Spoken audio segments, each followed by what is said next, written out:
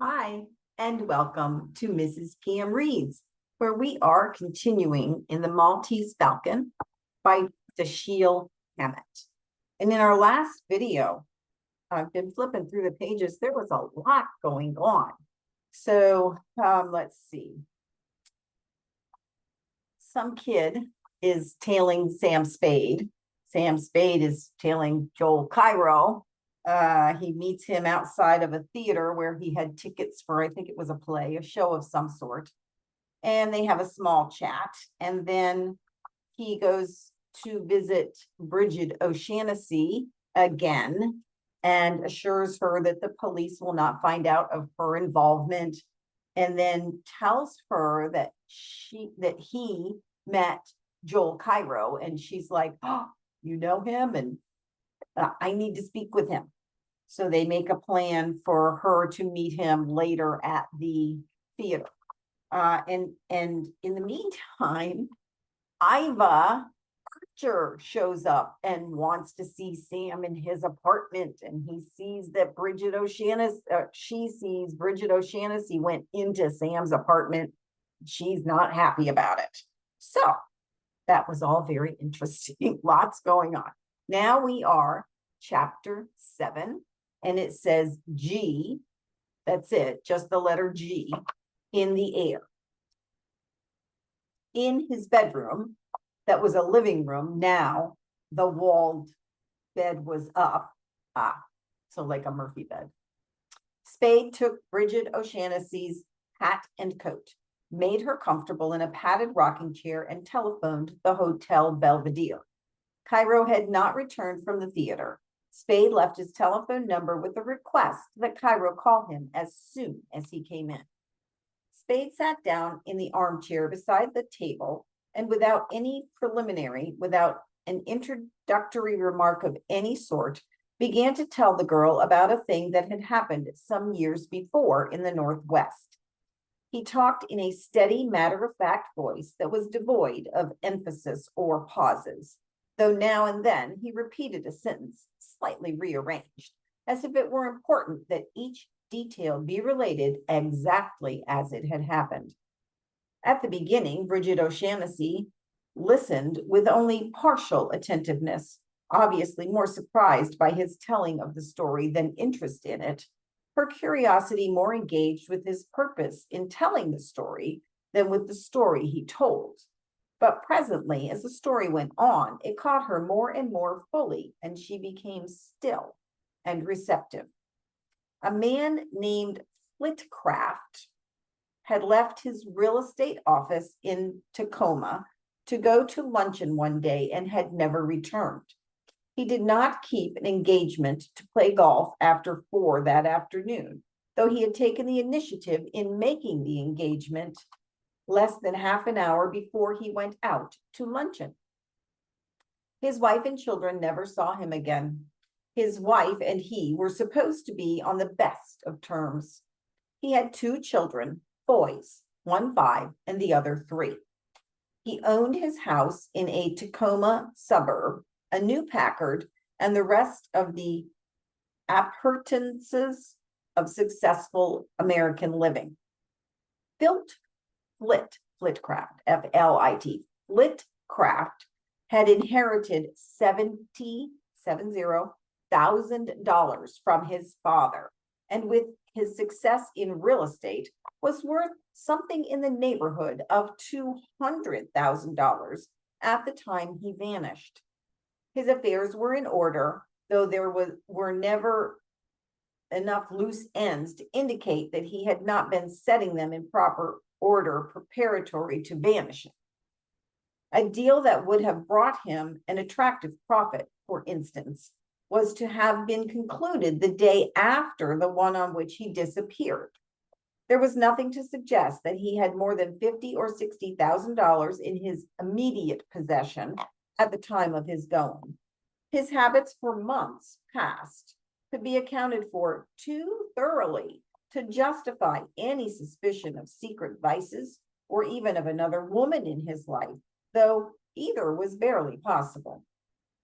He went like that, Spade said, like a fist when you open your hand. When he had reached his point in the story, the telephone bell rang. "Hello?" Spade said into the instrument. "Mr. Cairo, this is Spade. Can you come up to my place? Post Street. Now?" "Yes, I think it is." He looked at the girl, pursed his lips, and then said rapidly, "Miss O'Shaughnessy is here and wants to see you." Brigid O'Shaughnessy frowned and stirred in her chair, but did not say anything. Spade put the telephone down and told her, "He'll be up in a few minutes." Well, that was in 1922. In 1927, I was with one of the big detective agencies in Seattle. Mrs. Flitcraft came in and told us somebody had seen a man in Spokane who looked a lot like her husband. I went over there. It was Flitcraft, all right. He had been living in Spokane for a couple of years as Charles. That was his first name, Pierce. He had an automobile business that was netting him $20,000 or $25,000 a year. A wife, a baby son, owned his home in a Spokane suburb, and usually got away to play golf after 4 p.m. during the season. Spade had not been told very definitively what to do with when he found Flitcraft. They talked in Spade's room at the Davenport. Flitcraft had no feeling of guilt. He had left his first family well provided for, and what he had done seemed to him perfectly reasonable. The only thing that bothered him was a doubt that he could make the reasonableness clear to Spade. He had never told anybody his story before, and thus had not had to attempt to make its reasonableness explicit. He tried now. "I got it all right," Spade told Brigid O'Shaughnessy, but Mrs. Flitcraft never did. She thought it was silly. Maybe it was. Anyway, it came out all right. She didn't want any scandal, and after the trick he played on her, the way she looked at it, she didn't want him. So they were divorced on the quiet, and everything was swell all around. Here's what happened to him. Going to lunch, he passed an office building that was being put up, just the skeleton. A beam or something fell 8 or 10 stories down and smacked the sidewalk alongside him. It brushed pretty close to him, but didn't touch him, though a piece of the sidewalk was chipped off and flew up and hit his cheek. It only took a piece of skin off, but he still had the scar when I saw him. He rubbed it with his finger, well, affectionately, when he told me about it. He was scared stiff, of course, he said, but he was more shocked than really frightened. He felt like somebody had taken the lid off life and let him look at the works. Flitcraft had been a good citizen and a good husband and father, not by any outer compulsion, but simply because he was a man who was most comfortable in step with his surroundings. He had been raised that way. The people he knew were like that. The life he knew was a clean, orderly, sane, responsible affair. Now, a falling beam had shown him that life was fundamentally none of these things. He, the good citizen, husband, father, could be wiped out between office and restaurant by the accident of a falling beam. He knew then that people died at haphazard like that and lived only while blind chance spared them. It was not primarily the injustice of it that disturbed him. He accepted that after the first shock. What disturbed him was the discovery that in sensibly ordering his affairs, he had got out of step and not into step with life. He said he knew before he had gone 20 feet from the fallen beam that he would never know peace again until he had adjusted to his new glimpse of life. By the time he had eaten his lunch, he had found his means of adjustment. Life could be ended for him at random by a falling beam. He would change his life at random by simply going away.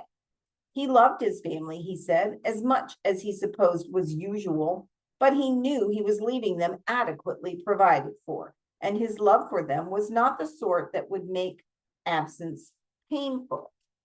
All right, let me just check. Oh, we're going to have to stop in the middle of this one somewhere. Okay. He went to Seattle that afternoon, Spade said, and from there by boat to San Francisco. For a couple of years, he wandered around and then drifted back to the Northwest and settled in Spokane and got married. His second wife didn't look like the first, but they were more alike than they were different. You know, the kind of women that play fair games of golf and bridge and like new salad recipes. He wasn't sorry for what he'd done. It seemed reasonable enough to him. I don't think he even knew he had settled back naturally into the same groove he had jumped out of in Tacoma. But that's the part of it I always liked. He adjusted himself to beams falling, and then no more of them fell. And he adjusted himself to them not falling. How perfectly fascinating, Brigid O'Shaughnessy said. She left her chair and stood in front of him, close. Her eyes were wide and deep. I don't have to tell you how utterly at a disadvantage you'll have me with him here, if you choose. Spade smiled slightly without separating his lips. No, you don't have to tell me, he agreed. And you know I'd never place myself in this position if I hadn't trusted you completely. Her thumb and forefinger twisted a black button on his blue coat.